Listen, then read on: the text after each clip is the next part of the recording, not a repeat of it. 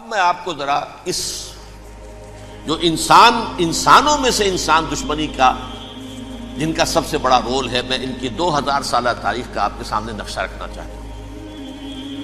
ان 1400 سال کا تو میں نے صرف 4 آپ کو پوائنٹس بتائے۔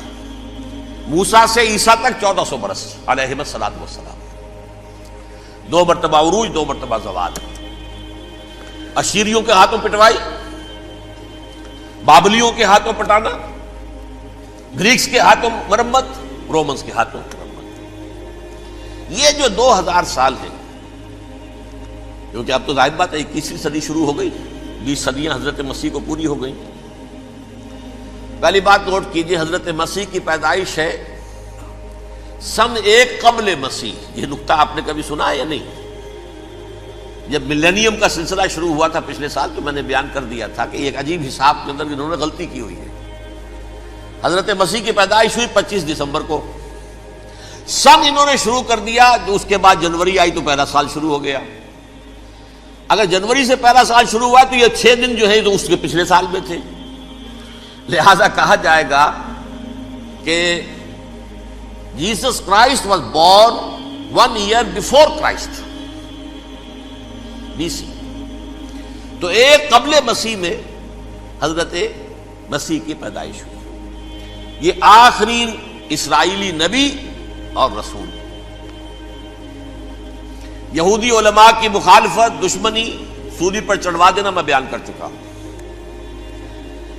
سن 33 عیسوی میں، جبکہ حضرت مسیح کی عمر 33 برس تھی، اللہ تعالیٰ نے انہیں زندہ آسمان پر اٹھا لیا، لیکن یہودیوں نے اپنے خیال کے مطابق انہیں سولی پر چڑھوا دیا، ان کی موت واقع ہو گئی۔ اگرچہ اس کے بعد یہ اختلاف ہے ان میں، یہودی کہتے ہیں وہ سولی پر چڑھ گیا، ختم ہوا، مر گیا۔ عیسائی کہتے ہیں نہیں، انتقال ہوا ہے مسیح کا صلیب پر، لیکن پھر وہ دوبارہ زندہ ہو گئے ہیں۔ ان کی لاش ایک غار میں رکھ دی گئی تھی، وہاں ریزریکشن ہو گیا، ان کا باعث بعد الموت وہی ہو گیا، اور پھر انہیں اللہ نے زندہ آسمان پر اٹھا لیا۔ تو ہمارے اور عیسائیوں کے درمیان نوٹ کر لیجئے، یہ چیز مشترک ہے کہ حضرت مسیح آسمان پر زندہ اٹھائے گئے۔ فرق کیا ہے؟ وہ سمجھتے ہیں کہ سولی دیے گئے، سولی پر مرے، پھر زندہ ہوئے، پھر گئے۔ ہم سمجھتے ہیں کہ نہیں، وما صلبوہ وما قتلوہ، انہوں نے نہ صلیب دے سکے انہیں اور نہ انہیں قتل کر سکے، بل رفع اللہ الیہ، اللہ نے اٹھا لیا۔ پھر ہمارا اور یہ اس کا عیسائیوں کا ایک اور اتفاق ہے، سیکنڈ کمنگ آف جیسس، حضرت مسیح دوبارہ آئیں گے۔ یہ عیسائیوں کا بھی عقیدہ ہے اور ہمارا بھی۔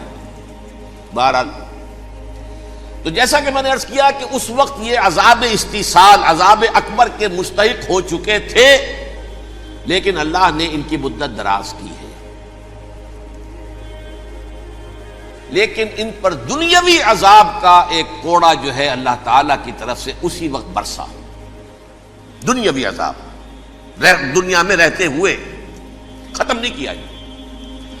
37 برس بعد، حضرت مسیح کے رفع سماوی کے 37 برس بعد، سن 70 میں یہودیوں نے بغاوت کی رومیوں کے خلاف۔ رومی ٹائٹس جنرل تھا ایک، اس نے پھر جو حملہ کیا ہے، 1,33,000 یہودی ایک دن میں قتل کیا یروشلم میں، اور ہیکل سلیمانی گرا دیا۔ وہ ہیکل پہلے بھی گرا تھا، پہلے 1400 سال کے دوران میں بھی نبوکدنضر نے گرایا تھا، لیکن پھر اس کے 150 سال بعد انہوں نے دوبارہ بنا لیا تھا، اس لیے وہ اسے سیکنڈ ٹیمپل کہتے ہیں۔ پہلا ٹیمپل جو حضرت سلیمان نے بنایا تھا، نبوکدنضر نے گرا دیا 587 قبل مسیح میں، پھر دوبارہ انہوں نے 150 سال کے بعد بنا لیا۔ وہ اس تاریخ کا حصہ ہے، میں نے جس کے بارے میں آپ کو تفصیل نہیں بتائی۔ اس میں یہ ہوا سن 70 میں وہ گرا دیا گیا، وہ آج تک گرا پڑا ہوا ہے۔ نمبر 2، یہ کہہ دیا گیا کہ یہودیوں اس ارض فلسطین سے نکل جاؤ، تم یہاں نہیں رہ سکتے اب۔ لہذا جس کا جہاں سینگ سمایا چلا گیا، یورپ میں چلے گئے، ایشیا میں آ گئے، عرب میں آ گئے، یہ 3 قبیلے جو رات بھی میں نے عرض کیا تھا، بنو قینقاع، بنو نذیر اور بنو قریظہ، یہ وہاں سے آ کے مدینے میں آباد ہو گئے۔ جس کا جہاں سینگ سمایا، افریقہ میں، ہندوستان میں، جہاں چلے گئے، ڈایاسپورا اسے کہتے ہیں، وہ آپ نوٹ کر لیجیے اس لفظ کو، ڈایاسپورا، ہمارا دور انتشار، جبکہ ہمیں ہماری اصل سرزمین تو فلسطین ہے، حضرت ابراہیم کا مسکن، حضرت اسحاق حضرت یعقوب کا مسکن فلسطین، یہ ہے ہماری اصل جاگیر، یہ تو ہماری جدی پشتی جاگیر ہے، لیکن یہاں سے نکال دیے گئے سن 70 عیسوی میں، اور وہاں سے لے کے 1917 تک ان کا ڈایاسپورا جاری رہا۔ یہ دور انتشار ہے۔ اس دور انتشار کے اب چند حصے ہیں جس کو میں چاہتا ہوں کہ آپ علیحدہ علیحدہ سمجھ لیں۔ دور انتشار کا جو پہلا جو ہے تقریباً 300 برس رومی حکمران تھے، وہ یہودیوں کے بھی دشمن تھے اور عیسائیوں کے بھی دشمن تھے، عیسائی اور یہودی ایک دوسرے کے بھی دشمن تھے، لیکن رومی سمجھتے تھے کہ یہ ایک ہی تھیلی کے چٹے بٹے ہیں۔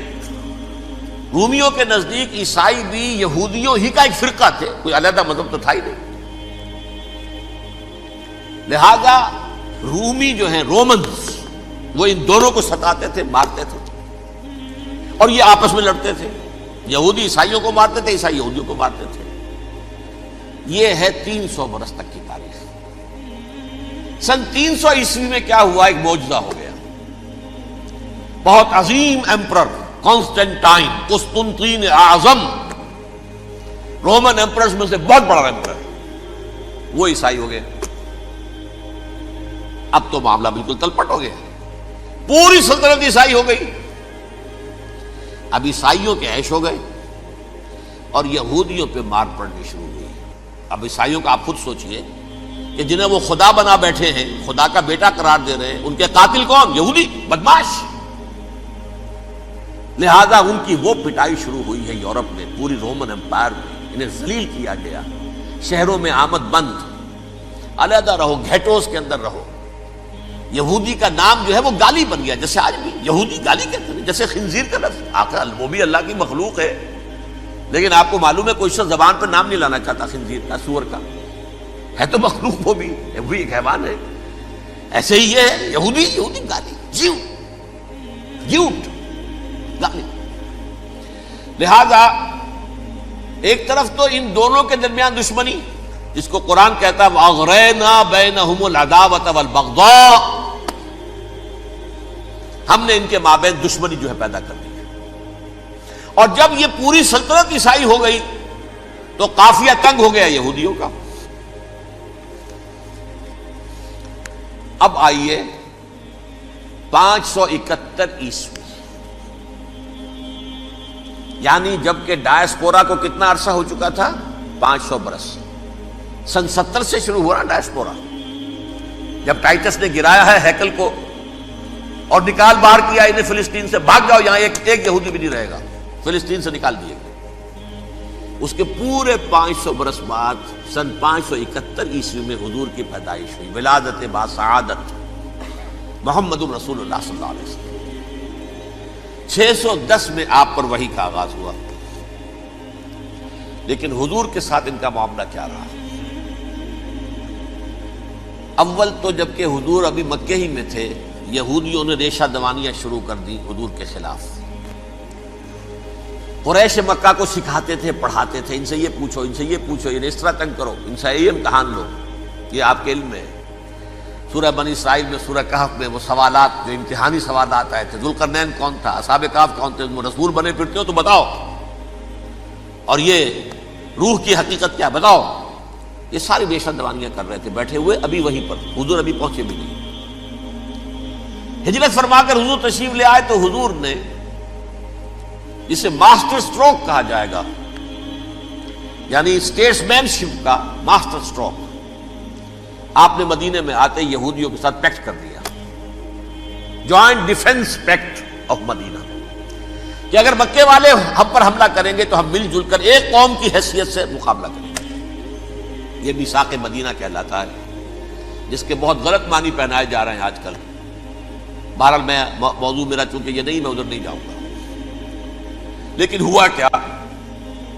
ہر مرتبہ یہ خیانت کے مرتکب ہوئے،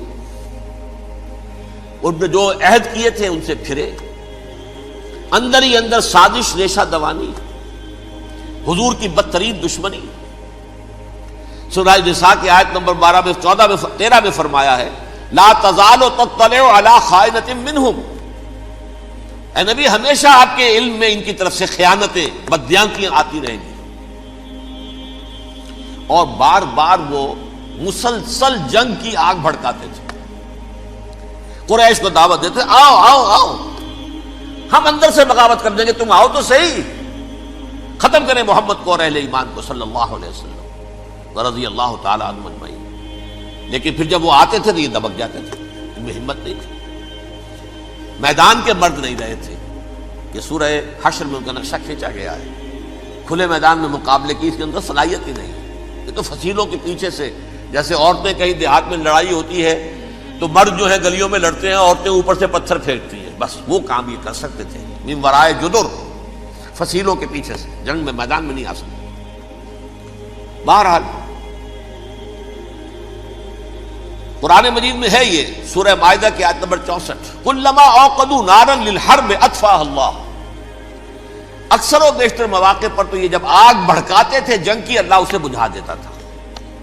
لیکن بہرحال اس کے باوجود جنگیں ہوئی، غزوہ بدر، غزوہ احد ہوئی کہ نہیں؟ یہ ساری اس اصل شرارت میں. اور اس کے نتیجے میں حضور نے پھر ایک ایک کر کے 3 قبیلوں کو سزا دی.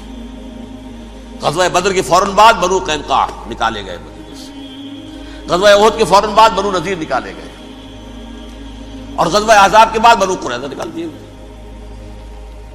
یہ تو میں نے آپ کے سامنے رکھ دیا صرف حضور کے زمانے میں ان کا کیا رویہ رہا. دشمن، رات بھی ہم نے وہ آیت پڑھی تھی، لَتَجِدَنَّ أَشَدَّ النَّاسِ عَدَاوَةً لِلَّذِينَ آمَنُوا الْيَهُودُ وَالَّذِينَ أَشْرَكُوا.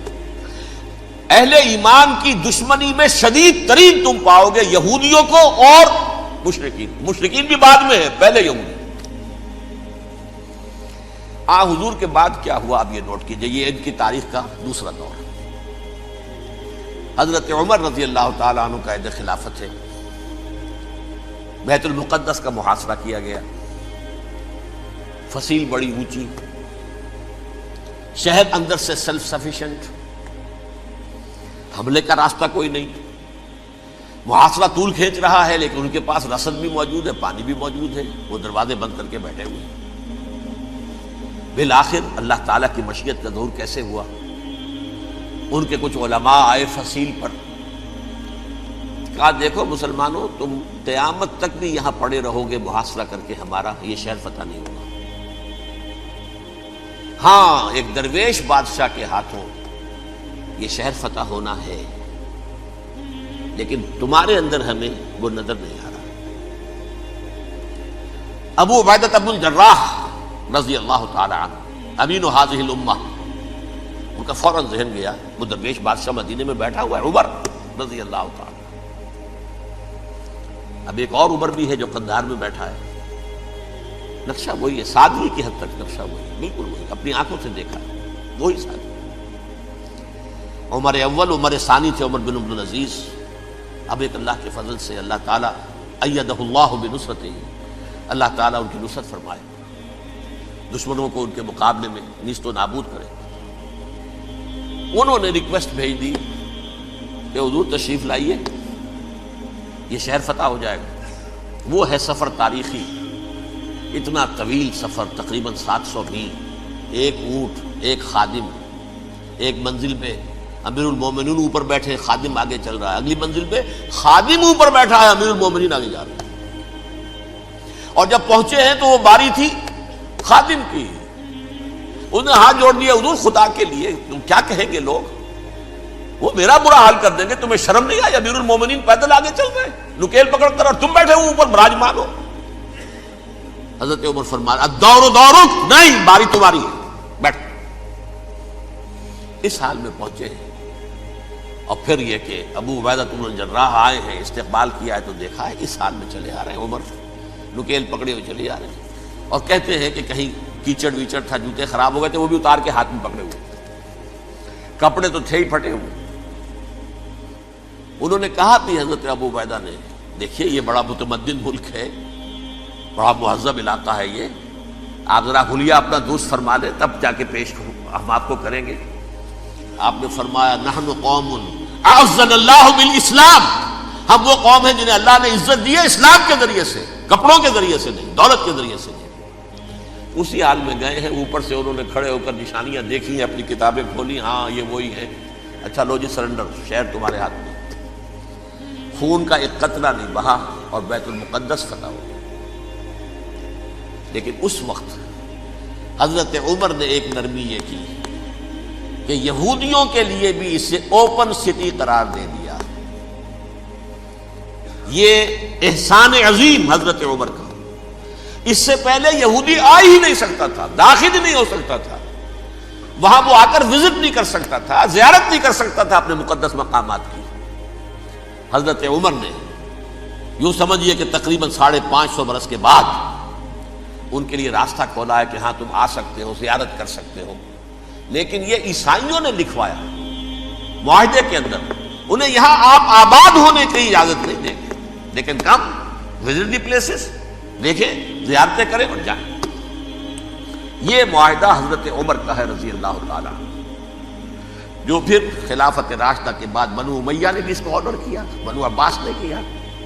پھر جو ہمارے یہ ترکوں میں اندر خلافت آئی تو ترک خلفاء نے بھی اس معاہدے کی پوری پابندی کی۔ فلسطین میں آ سکتے ہیں یہودی صرف زائرین کی حیثیت سے، وہاں آباد نہیں ہو سکتے۔ اب آئیے اگلا دور آیا حضرت عثمان کا دور خلافت۔ یہ ہے وہ وقت کہ اب یہود نے امت مسلمہ کی پیٹھ میں چھرا گھونپا۔ وہ کیسے؟ ایک یہودی عبداللہ ابن سبا اسلام کا لبادہ اوڑھ کر آ گیا، معاشرے کا جائزہ لے لیا، ان میں بنو ہاشم اور بنو امیہ میں جو پرانی کشاکش تھی اس کے کچھ نہ کچھ جراثیم باقی ہیں، اگر ان کو ذرا بھڑکا دے تو مسلمانوں میں انتشار پیدا ہوگا۔ کہا یہ عثمان کون ہے؟ یہ تو بنو امیہ میں سے ہے، یہ حق تو بنو ہاشم کا ہے، خلافت ان کے پاس ہونی چاہیے، محمد کے تو رشتہ دار وہ ہیں صلی اللہ علیہ وسلم۔ عوام الناس کے اندر بات پھیلنی شروع ہوئی۔ پھر ایک بڑی سازش کے انداز میں حضرت عثمان کے خلاف پروپیگنڈا، حضرت عثمان کے جو عاملین تھے، گورنر تھے، ان کے خلاف پروپیگنڈا، اور ایسی ہوشیاری کرتے تھے کہ کوفے میں کوفے کے حاکم کے خلاف کچھ نہیں کہنا، اجی مصر میں یہ ہو رہا ہے، اجی شام میں یہ ہو رہا ہے، اجی یہ جو عثمان ہے وہ یہ کر رہا ہے، یہ ظلم ہو رہا ہے، یہ لوٹ مار ہو رہی ہے، یہ خیانتیں ہو رہی ہیں۔ اب نہ تو اس زمانے میں مینز آف کمیونیکیشن، کیسے تصدیق کریں؟ افواہیں تو آپ آج کراچی کے اندر شروع ہو جائے تو پتہ نہیں چل سکتا کسی کو کہ کیا اس میں صداقت ہے کیا جھوٹ ہے، اور بری بات جو ہے فطرت انسانی کی کمزوری ہے وہ فوراً قبول کرتا ہے، کسی کے بارے میں اچھی بات ماننے کو تیار نہیں ہوتا، لیکن بری بات تو فوراً تیار۔ بہرحال یہ فتنہ انہوں نے اٹھایا، حضرت علی کی الوہیت کا فتنہ اٹھایا، حضرت عثمان کے خلاف الفتنۃ الکبریٰ برپا کیا، حضرت عثمان شہید ہوئے۔ اس کے بعد 5 برس تک مسلمان ایک دوسرے کی گردنیں کاٹتے رہے، باہمی خانہ جنگی ہوئی، امت کو وہ زخم لگایا ہے جو آج تک جس سے خون رس رہا ہے۔ یہ شیعان عثمان اور شیعان علی تھے جو بعد میں پھر سنی اور شیعہ ہو، اور آج تک فتنہ کس نے جگایا؟ ایک عبداللہ ابن سبا یہودی اور اس کے کارندے، شیطان کا ایجنٹ، اور انسانوں میں سے بھی اس کے جو بھی حواریین تھے اور شیطانوں کے اندر سے بھی تھے، انہوں نے بھی اس آگ کو بھڑکایا۔ یہ آپ سوچ لیجئے کہ یہ کس نے وہ زخم لگایا؟ یہودی۔ اگلا دور آیا، خلافت راشدہ ختم ہوئی، بنو امیہ کا بھی دور کافی گزر گیا۔ طارق ابن زیاد 712 عیسوی میں حملہ کرتے ہیں اسپین پر۔ اسپین اس وقت عیسائیت کا بہت بڑا گڑھ، بڑے کٹر ترین عیسائی جو ہے وہ اسپین میں تھے، لہذا یہودیوں کی وہاں بہت پٹائی ہوتی تھی، یہ میں بتا چکا ہوں، دشمنی تھی ان کی تو چلی آ رہی تھی عیسائیوں کے ہاتھوں یہودیوں کی، وہ تو سن 300 عیسوی سے ایمپرر کانسٹنٹائن کے بعد سے شروع ہو گئی تھی۔ اس حوالے سے یہودیوں نے اس وقت چالاکی یہ برتی، کچھ راستے واسطے بتائے، کچھ مدد کی طارق ابن زیاد کی۔ طارق ابن زیاد نے انہیں اپنا محسن سمجھا، ہسپانیہ فتح ہو گیا تو یہودی چونکہ محسنین کی فہرست میں آ چکے تھے، انہیں بہت اقتدار نصیب ہوا، بڑی سپورٹ مسلمانوں نے دی۔ ان کے بڑے بڑے علماء جو ہیں اسی دور کے اندر پیدا ہوئے، بڑے بڑے تھنکرز ان کے اسی دور میں پیدا ہوئے۔ بن گوریون جو کہ ایک وزیر اعظم تھا اسرائیل کا، اس نے یہ لکھا ہے اپنی کتاب میں، Muslim Spain was the golden era of our diaspora, وہ ڈائسپورا جو 70 عیسوی سے شروع ہوا تھا اور 1917 عیسوی تک جاری رہا ہے، اس میں سے گولڈن ایرا ہمارا جو تھا وہ مسلم اسپین تھا، ہسپانیہ میں بیٹھ کر ہم عیش کیے۔ لیکن وہاں سے انہوں نے اور جو کچھ کیا، یہ تو داستان کے تو بہت سے گوشے ہیں، لیکن میں جس اسٹریٹ لائن میں چل رہا ہوں اس کے اعتبار سے ایک بات سمجھ لیجیے، وہاں بیٹھ کر انہوں نے اب عیسائیت کی پیٹھ میں چھرا گھونپا، پروٹیسٹنٹ مذہب پیدا کیا، تقسیم کر دیا، جیسے شیعہ سنی کی تقسیم، عبداللہ ابن سبا، رومن کیتھولک اور پروٹیسٹنٹ کی تقسیم، یہودی علماء۔ ہوتا کیا تھا، ہسپانیہ کی یونیورسٹیاں ہیں، کارڈووا میں ہے، ٹولیڈو میں ہے، گریناڈا میں ہے، غرناطہ، قرطبہ، تولیتلا، اور وہاں آتے تھے لوگ، فرانس سے چلے آ رہے ہیں نوجوان پڑھنے کے لیے، جرمنی سے چلے آ رہے ہیں، اٹلی سے چلے آ رہے ہیں، 3 ہی ملک قریب ترین پڑھتے ہیں سینٹرل جو یورپ کے ہیں۔ یہاں پر جو ہے وہ اسلام جو نور پھیلا رہا تھا اس سے بھی مستفیض ہوئے، جہالت کے جو ہے پردے ان کے وہ چھٹے، اس کے ساتھ ہی وہ یہودی وہاں ان کے اندر جو جراثیم داخل کر رہے تھے وہ اس عیسائیت کے خلاف بغاوت تھی، جو اس وقت دنیا میں عیسائیت اس وقت تھی، پوپ کا راج تھا دنیا میں اس وقت۔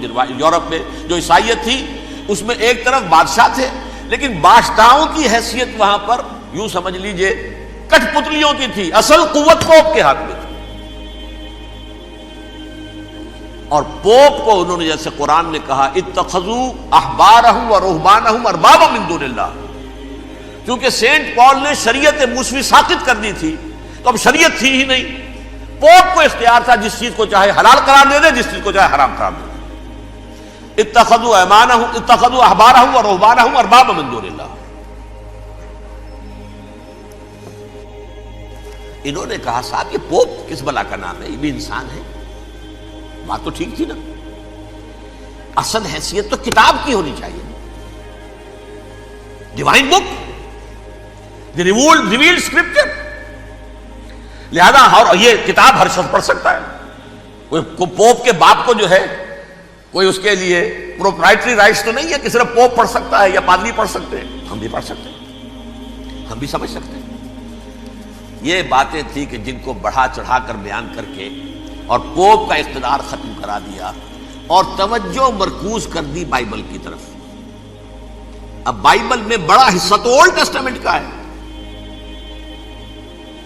نتیجہ کیا ہوا، یہود کی عظمت پروٹیسٹنٹس کے نزدیک مسلم ہو گئی۔ اصل قوم تو یہ ہے، وہ دشمنی بدلی کہ نہیں بدلی، موسیٰ کے امتی یہ ہے، تورات موسیٰ کو دی گئی، ابراہیم کی نسل یہ ہے، لہذا وہ جو دشمنی تھی، جو عداوت تھی کہ ہمارے خدا کو سولی چڑھانے والے ہیں یہ بدماش، اس کا ازالہ ہوا اس پروٹیسٹنٹ مذہب کے نتیجے میں۔ یہ میں اب آپ کو بتاتا ہوں کہ ایک نتیجہ وہ نکلا ہے جسے برٹرنڈ رسل نے بیان کیا ہے، اس کی کتاب ہے ان پریز آف آئیڈلنس، صفحہ 108۔ وہ لکھتا ہے the Christians retaining the Judaic belief in special revelation added to it the Roman desire for worldwide domination and the Greek taste for metaphysical subtleties. The combination produced the most fiercely persecuting religion that the world has yet known. یہ 3 چیزیں آ کر عیسائیت میں مل گئی۔ ایک تو جب یہ اولڈ ٹیسٹامنٹ جو ہے وہ ان کے ہاتھ میں آ گئی، اور اس کے میں کچھ آپ کو بتا دیتا ہوں کہ اولڈ ٹیسٹامنٹ کی تعلیمات، کیونکہ یہ اولڈ ٹیسٹامنٹ جو ہے یہ محرف تھی، اصل تورات تو گم ہو گئی تھی 587 قبل مسیح میں، جب پہلی مرتبہ ہیکل جو ہے تباہ ہوا ہے اس وقت ختم ہو گئی تھی۔ اس کے کوئی 150 سال کے بعد انہوں نے یادداشتوں سے مرتب کر کے لکھی ہے، اب اس میں ان کے اپنے خیالات، اپنے امانی، اپنی توجیحات وہ شامل ہو گئی۔